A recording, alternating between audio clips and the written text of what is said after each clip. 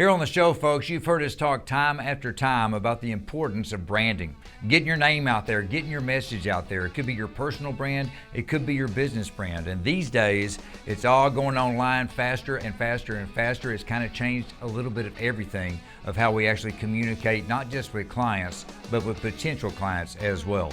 Today here on the show, we're going to talk to a professional. That's his job that he's done a wonderful job of over the years in helping people to portray themselves in the way that they need to. The name of the company is JP3 Global Media. Our guest, Jess Ponce III, right here on the show. Hey, Jess, how are you, buddy? Good to see you. I'm great. How are you today? Thank you for having me. Well, thank you for being here. I got to tell you right off the bat, very impressive lineup you see in here of people you work with. I'm just going to name a few, not meaning to embarrass you, but I want people to understand they really need to pay attention, because if these companies have sought you out for help, you can help pretty much anyone. I mean, you've got LinkedIn, Walt Disney, Lucasfilms, a little bit of everybody, a lot of big players out there that you've been able to help over the years. And I know that daily there's always people popping in that need new help. So give us a little bit of your background, maybe even prior to forming this company. What were you up to get here today? Well, great. And it's such a pleasure to be able to work with all of these different brands, both the known ones and also the ones that are emerging. My background actually started a few decades ago in television production. And I worked in non-scripted, non-reality, and this is prior to there being reality. And that primarily consisted of news magazines, of talk shows, a lot of entertainment magazines. And through the course of years, what I realized as a producer, I always focused on talent. And that was either the talent who was coming on the show to promote their product, to promote their TV show, or if they were authors, to promote their book, and also the talent that would interview them. And so I developed this knack on how to pull messaging out of people. And that sort of parlayed into me coaching, actually, celebrities how to prepare for their interviews, because I was able to, and I was very grateful about this. I got some compliments from different publicists. I was able to pull out some good information from them. And so I went from being the guy asking the questions or preparing people to ask the questions to then developing that in a much bigger way, and then transitioned into really just focusing on the branding. Because every time someone goes out there and does an interview or is out there as a spokesperson, there are two things that they're representing. They're representing their brand, whatever their brand is, but also their personal brand. And both of them have to be in alignment, and both of them have to be likable. Yeah, I love your background, the way that you used to be on one side and now you're on the other. It's not totally unlike a prosecuting attorney who then flips and becomes a defense attorney, because they know how both sides of the courtroom work. Well, we mentioned some of the people you work with, but let's get in a little deeper, more modern times these days. I mean, communication obviously has always been important, but here in the last year or so, COVID had to throw a big wrench in things, the way that people are out there communicating with the public or communicating with their staffs. Talk to me about that a little bit, and how you've been able to coach people to, for example, Zoom, just like we're doing today.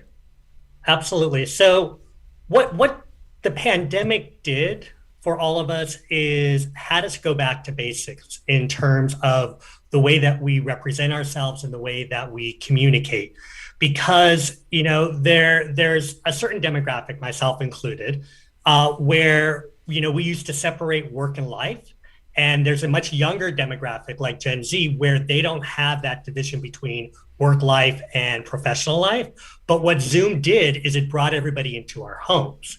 And so when people started communicating in meetings and they started doing things, suddenly the curtain was down for everything that I present about myself. When I go in to the office and I'm very polished and I have a certain way that I want to come across, suddenly you have a cat running in the background, or you have a kid coming out with diapers, or a spouse who came out of the restroom who's changing before, his or her Zoom meeting. Is that Zoom taught us to really get down to basics about what's important in terms of what we communicate. Two, that if our presentation isn't perfect, we can still manage a message really well. And so that messaging in and of itself, what we're saying and what we're trying to do, is hugely important. And I think as we move out of the pandemic, what we're going to have to balance is this whole way that we used to communicate before in person and being more polished to, again, doing things like this on Zoom merely out of convenience or the fact that there's going to be blended work environments. Jess, is it fair to say that whether you're presenting yourself in person or via Zoom, confidence has to be a big factor in it? I mean, you have to be confident in yourself, in your subject, and everything. Talk to me, unless I'm totally wrong, tell me that, but I would have to think confidence has to be a big focal point of whatever you're doing and however you're presenting it.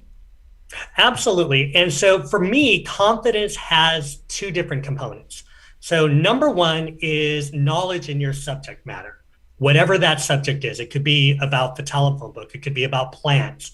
It could be about accounting. It could be about marketing. Whatever it is you know that subject matter. You're very comfortable with it. And the second part of being confident is knowing its value to your audience. And I really think that those are two important key distinctions, because I think most of us, when we think about confidence, is, okay, I set up my Zoom camera, I've got my ring light in front of me, I'm going to look very polished, and I'm going to present myself like this. The reality is, what happens if the light goes down? What happens if there's a disconnect or we have static on the Zoom? Really, don't let those elements throw you, because when your camera comes back on or there's no static, you still know your subject matter and you still know its importance to your audience. So I think confidence really comes out and is really strong regardless of what's happening, whatever medium you're using or whatever situation you find yourself in. You know, I think it's also important to mention when we're talking the technical difficulties that could occur, just always remember the microphone is always hot. So whether audio, whether it is or not, it is the best way to look at that. All right, one of the cool notes that you sent in today, I really want to get into in our limited time left, is you talk about how success goes from it's from the inside out. Go into that. I want you to define that and give me some examples, please. You know, absolutely. So the very first conversation every single one of us has is with ourselves. And so whatever comes out of your mouth or whatever comes out in your body, whatever is communicated from you, because we communicate more within just our words, starts with an internal dialogue. So if you're going into something saying that's impossible or I can't do that, then you've already determined what's going to happen. And the words and the actions that will follow will make sure that that doesn't happen. But if you say to yourself, I'm anxious or I'm nervous, is there a way that this can turn into excitement? Because nervousness and excitement in the body show up very similarly. And what we have to do is we have to interpret it. But that interpretation is an internal dialogue. So instead of saying this can't happen, if you say, what can I do to make it happen? Then your mouth, what you begin to articulate, and all the energy and exchanges that you have are all about that potential. So when you are faced with problems, think of the solutions and start with your own internal dialogue. If you are anxious about something, say, great, I'm nervous about this. I'm maybe even scared, but the reason I'm scared is because this is important to me. And that's what happens. When we get nervous or we get anxious, it really comes down to a value proposition. We don't get nervous or anxious about things we don't care about.